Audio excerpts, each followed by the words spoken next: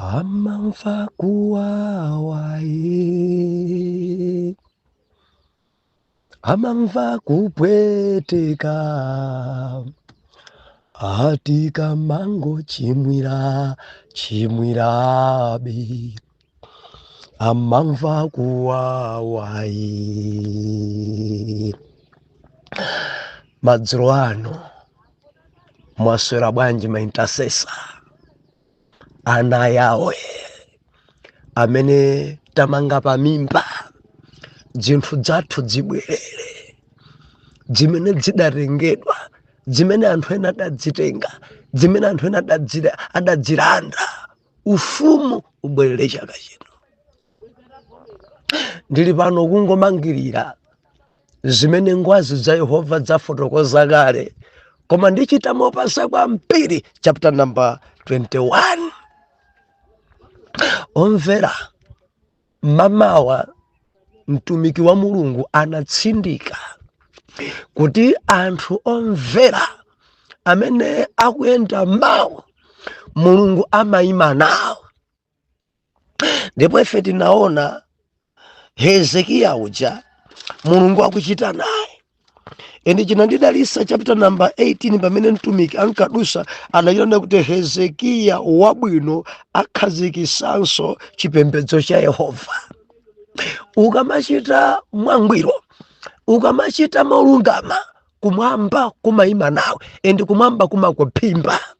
Nthawi yanga njochepa koma Pastor Maki kunenetsa tudalitsika nanu kwambiri, tikulimbikitsika nanu kwambiri. Mulungu akugwirisani ntchito kwambiri, sitili chimodzimodzi, pitilizani.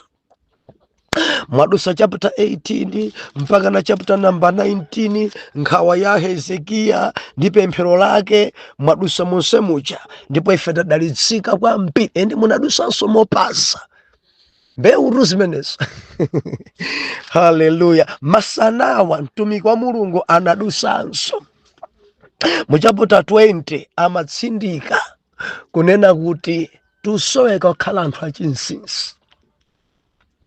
Ufumu njira zimene ife tapanga kuti tiulande tikhala achinsinsi, osamangolubwalubwa, osamangolubwalubwa, iyayi dzina dziti dzibisa chinsinsi.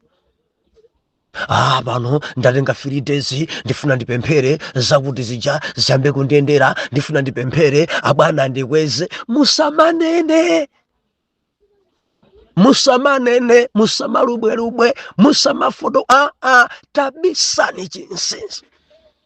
Endi ku verse 1 kuja natifotokozera kunena kuti adwala mpaka nakufuna kumwalira. Ndi pamene mneneri uja amabwera nkudzamchenjeza. Atanchenjeza kuti adachiritsidwa, napasidwanso zaka zina zokwana 15. Nakhala ndiboyo. Koma chimene chidavuta madala yawo akuti adafotokozera. Kufotokozera mene Mulungu anchirisira, ende kufotokozera mene chuma cha Mulungu chilili, ndikuulula china chilichonse kwa adani. Zimenezo zidanyansa Mulungu. Pali zinthu zina zimafunika kusanenaye, pali zinsinsi zina za banja lanu musamadzinene, pali zinsinsi zina za chuma chanu musamanene, pali zinsinsi zina za utumiki wanu tazibisani, pali chinsinsi china cha moyo wanu si zonse mangudu zedi adzakukwazani. Talimbikitsika, tadalitsika kwambiri. Mwansangapo mbankota madzulo ano tikunena kuti anthu oyipa mtima Mulungu amasunga pa cholinga. Mwina mwakhala ndi funso, mwina kudera lanu, kapena pa poloti yanu, kapena pa laini pamene mukukhalapo, kona zinthu zina zache zoyipa kudwala iyayi. Nthawi zonse kudzona zinthu zoyipa zikupanga mabizinesi akuluakulu, anthu zoyipa mitima zopembedza mafano, kudzona zinthu zosapemphera zimagalimoto zawo zamwamba zabwino zijana Mulungu tikupha nyerere. Pena nkomakhala ni mafunso, kodi Mulungu muli kuti? Waona mahure akutayana mchimbudzi pamene wina afuna mwana ali mphiri baba. Mulungu amalola anthu oyipawa nkumachitiranso zabwino, anthu oyipawa nkumasungabe pacholinga, amasunga pacholinga. Gawo lina Mulungu amafuna kuti mwina atembenuke mtima sadafi, alape akwasungabe ndi moyo. Mwina message ngampeza atembenuke mtima sapite gahena. Gawo loyamba. Gawo lina ndi phunziro kwa ife kuti ngati Mulungu akuchita ndi anthu osapemphera akhoza sochita ndife. Ngati Mulungu akuchita ndi anthu oyipa mtima akhoza chitanso ndife. Tikamapemphera tidziyang'ana zamfiti dzimahule kudziyang'ana anthu zakudziko kuti ngati zawo zikuwayenera awa, zinthu zimene kunjada nazo zinzidza Atate wathu. Ndiye ife kwanji tipite kwa Atate tikauza Atate tipaseni, ndipo Atate sangatimane ngati chimfitichi azipasa zimenezi. Ndi phunziro. Mulungu amadzivomereza kuti ife tiphunzire, amawachitira zinthu zina zabwino. Ndipo inuyo ndi mboni, zimene ndikunenazi ndi zoona, inuyo ndi mboni ndithu. Nyumba zawo zabwino, nyumba zawo zapamwamba, zochitika zawo zapamwamba. Muyang'aneni intercessor, dress imodzi. Nyumba mwacho ufa amene ulipo ngoti akadya basi sadziwa kayafa kayapita kuti. Koma dziyang'aneni zanthu zopembedza Satana, iwe nkumadabwa kuti Mulungu mudzisungira njidzo dzango osangodzipha. Gawo lina pali phunziro. Mulungu uyuyu ngokoma mtima, Mulungu uyuyu ngwachifundo, Mulungu uyuyu ngwachikondi. Ende zisakugwedezeni kuti dzikondeka ngati Mulungu akukonda anthu ochimwa, sakukonda ife. Ndikutsimikizireni pano, inu ndinu amene muli pa mtima pa Mulungu number 1. Awawa angwasunga pacholinga awa. Zisakugwedezeni kuti nyumba mulibe mfiti zili ni nyumba. Zisakugwedezeni kuti banja la Mulungu ili gwedegwede kuma banja la hule ili nga. Zisakugwedezeni kuti business yanu ikwenda mosafala koma zimfiti ma business akwenda bwino. Ene zisakugwedezeni kuti anthu opanda Mulungu ali pa ntchito amene mukupembedza simuli pa ntchito. Zisakugwedezeni amazichita Mulungu pacholinga.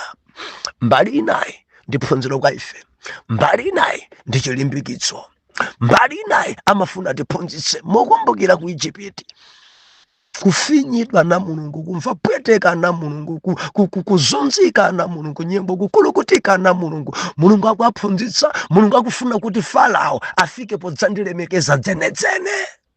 10 chone chapter number 19. I mean chapter number 21, osati 19, chapter number 21. Manase woyipitsitsa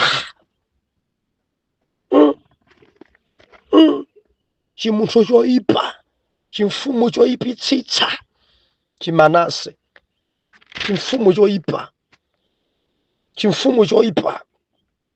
Manase ndi mwana wa Hezekiya amene adalowa m'malo mwa Hezekiya. Chimfumu choyipa, chimfumu chonyasa. Tamvera verse number 1. Manase adali wa zaka 12 polowa iye ufumu wake. Edi zaka 12 zenizena kula ufumu. Nakhala mfumu zaka 50 mu Yerusalemu. 18. Kukhala mfumu kwa zaka 55. Koma chimunthu choyipa amalolera nji Mulungu kudzisunga zimfiti. Amalolera nji Mulungu kudzisunga zanthu zoyipa chonje. Eti kulamulira Israeli kwa masiku kwa zaka 55. Ndikupitiriza kuwerenga. Ndipo dzina la amache ndiye Hefisiba. Ndipo anachita choyipa pamaso pa Yehova, monga mwa zonyansa za mitundu onse a Yehova, amitundu amene Yehova anawayingitsa pamaso pa ana Israeli. Pakuti anamanganso misanje imene Hezekiya atate wake adayiwononga. Mukutha kumona kuyipa kwache. Hezekiya adali wabwino, adagwesa misanje. kugwesa zimafano, kugumula zimaguwa. Koma chimunthu choyipa chimanase chidadzuka ndi kudzamanganso zimaguwa, kudzamanga zimene bambo ake adadzigwesa. Choyipa ichi. Malemba anena kuti pamaso pa Yehova, pakuti anamanganso misanje imene Yehova atate wace adayiwononga, nautsira Baala maguwa ansembe, nasema chifanizo monga anachita Ahabu mfumu ya Israeli, nagwadira khamu lonse la kuthambo nali nkutumikira, namanga iye maguwa ansembe nyumba ya Yehova imene Yehova adayinenera kuti mu Yerusalemu ndidzayika dzina langa.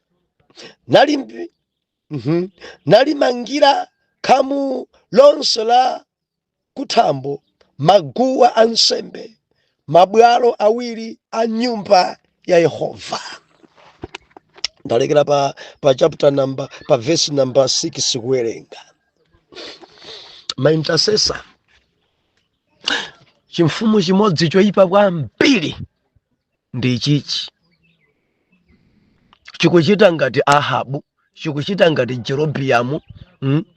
Chifukwa zanthu zoyipitsitsa zimene zetu Jerobiamu, kudzabwera Ahabu, zimachimo zimenezi ndi chabweranso ichichi chimanase zaka 55. Mukuona chimene akuchita? Akudzusa. Bambo ake adadzononga zimafano, koma iye akubwera kudzusa. Chimfumu choyipa. Koma Mulungu ngwachikondidi, koma Mulungu ngwachifundodi. Akadakhala Mulungu akadamphausha, akadakhala munthu akadampa. Koma kukoma mtima kwa Mulungu, chifundo chimene Mulungu ali nacho, akunsungabe, akulamulirabe, akutsogolerabe kwa zaka zambirimbiri. Ndifuna ndikulimbikitseni ma intercessor. Madera manu mwalipo Amanase, muli nawo Amanase oyipa chonchi. Ena ali ndi bishop onga Manase. Nkunja weni nkunja. Osakonda Mulungu, osapembedza Mulungu, ochita mafano. Ena asikololo. Ma intercessor maso anga wandaona osati kuuzidwanso ya chintsogoleri chonyengana ndi mamembala ake. Koma Mulungu nkuchisiyabe. Endi chimpingo chonkumajaja zimayi oka nkumati liyo awa my pastor fachoti amarani amagonedwa nawo. Osati ndachita kumva maso anga wandaona. Maso anga andaona. Pingo udzadza maga nchimidzi ntaoni musimaga maga mipingo ya nchimidzi. Ineto ndakulira kumidzi ndadzona zimene zini maswanga. Mbusa amene akuima pachonadi anthu owerengeka amene akumpanga folo. Mbusa amene akuima ndikuchita phada, kuchita zoyipa, anthu nkudzadza chalichi. Akamanena kuti lero tikufuna kuti tigule njerwa tisonkhe, anthu kusonkha wochepa kugula njerwa balata. Akamati pano tikufuna galimoto yoyendera mtumiki wa Mulungu, ma intercessor zosachita kufunsanso omwewo. Msanga wina ine ndipereka 5 million, ine ndipereka 10 million, ine ndipereka makuti. Koma akudziwa kuti akupembedza mafano. Apa ndalowa mtauni mudzadzipeza dzina za sataniki, dzina zopembedza njoka, dzatsogoleri, dzaneneri. Maprofesa enawa sakumwamba, mauneneri enawa ndi akunyanja. Ena amanenera chifukwa choti ali ndi chizimba, ali nzitumwa mchuno. Ena amanenera chifukwa cha chizimba choti dzikagona kumanda, ena nkumagonana ndi azimayi. Ena akasa nkumapita pachabe ndi kuti amaonera kwambiri.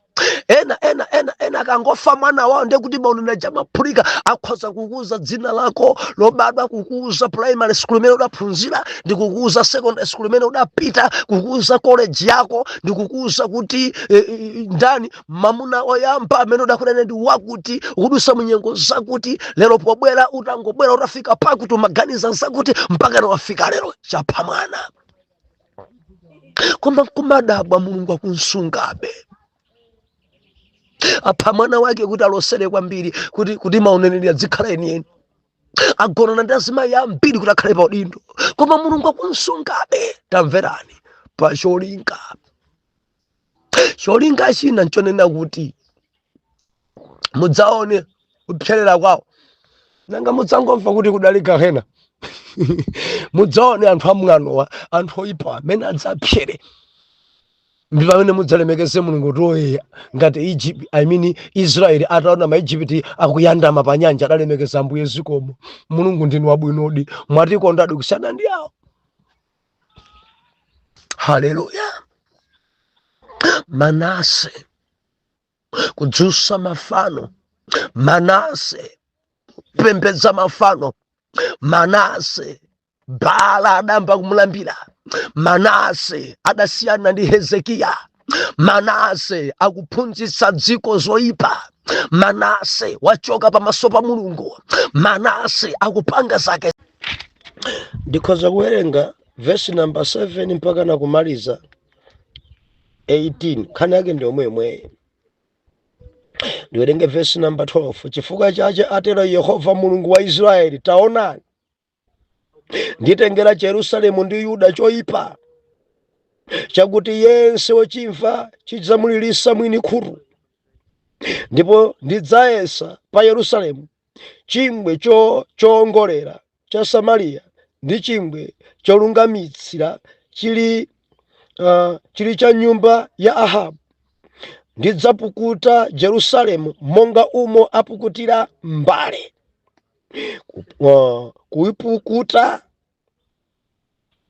ndi kuivindikira.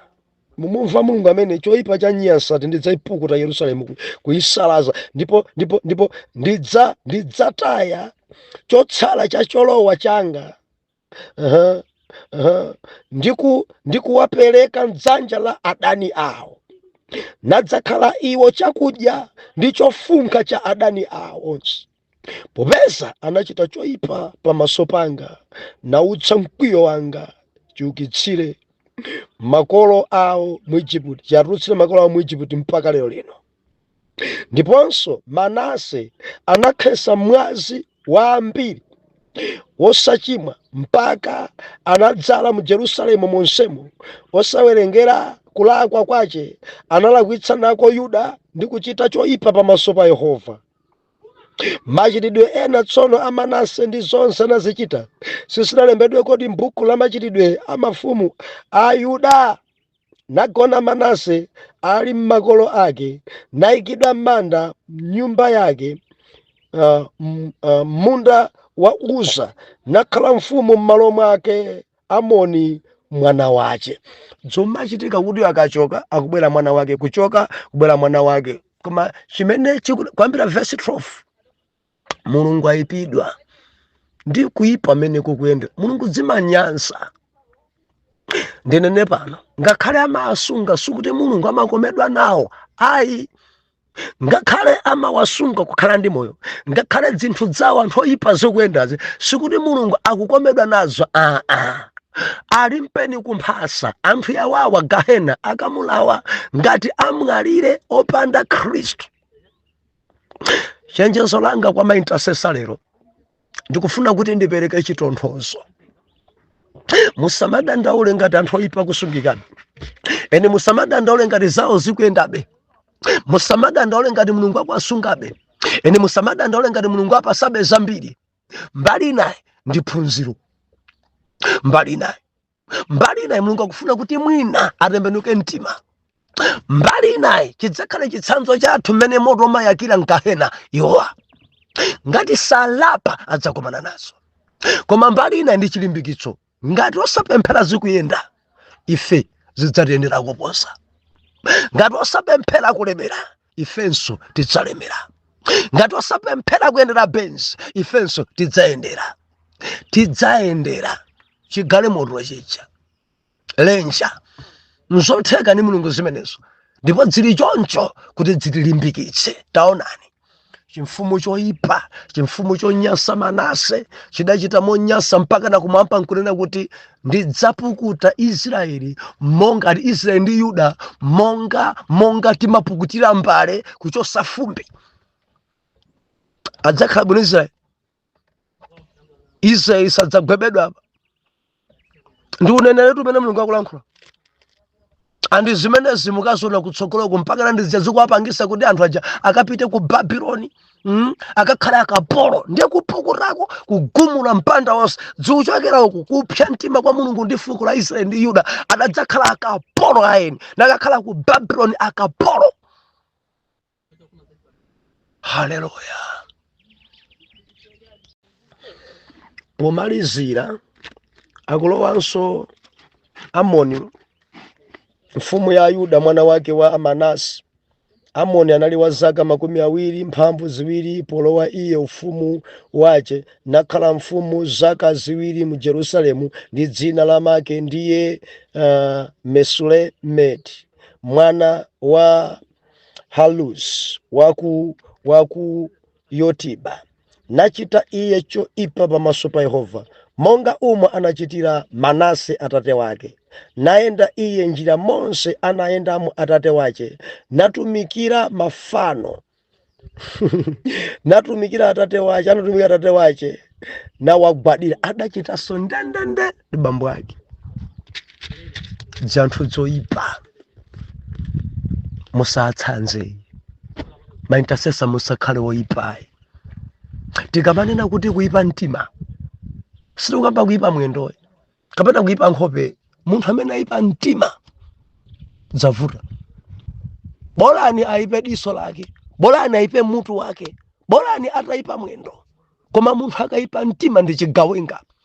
Munthu akayipa mtima chafika pa chirombo. Munthu akayipa mtima ndi chigandanga. Ndetu kunena kuti pa mutu wa lero kuyipa chani? Anthu oyipa mtima Mulungu amawasunga pa cholinga. Munthu akayipa mtima amabwera pa fisifisi. Ndikupempheni khalani okoma mtima, khalani oleza mtima. Mtima wanu ukhale wokonda onse. Musayipe mtima, musayipe mtima. Mwina nkhope yanu ikhoza khala yoyipa, koma mtima wanu ukhale wabwino. Mwina manjanu kamiyendo anu mayenda bwanji, koma mtima wanu ukhale wabwino. Kathobi anu njoyipa, kandi unokuda kwambiri mbi, kandi noyera kwambiri mpe, kandi nofira kwambiri pyu, tamverani. Koma mtima wanu ukhale wabwino. Musayipe mtima. Mulungu amanyansidwa ndi anthu oyipa mtima. Tisane pamene patipemphere. Atate, m'dzina la Yesu mwana wa Mulungu wa moyo, tikuyamikani komanso kukupasani ulemu chifukwa ndinu Mulungu wabwino. Mwatilankhula kuyambira mmamawa, masana komanso madzulo ano. Ndi mmamawa mwatsindika mumayima ndi anthu amene akusunga chiyero, amene ali side yanu. Ndipo masana mwanenetsa ngati oyera mtima tikuyenda kusunga chinsinsi. Madzulo ano mwachita kutivumbulutsira kuti anthu oyipa mtima mmasunga pa cholinga. Ndipo ngakhale tiyaone ife asatikope, inde mwasunga choncho kuti tiphunzitse, komanso ife tiphunzire pa iwo, tikhale mchikhulupiriro. Inde mwasungabe choncho pa cholinga Yehova. Chitsanzo chabwino chamayakidwa nkahena, mbuye wanga dzakhala iwo wangati amwalire upandayo. Mwana wanu uyu posala kudya ali ndi zinthu zimene akufuna mumuyendere.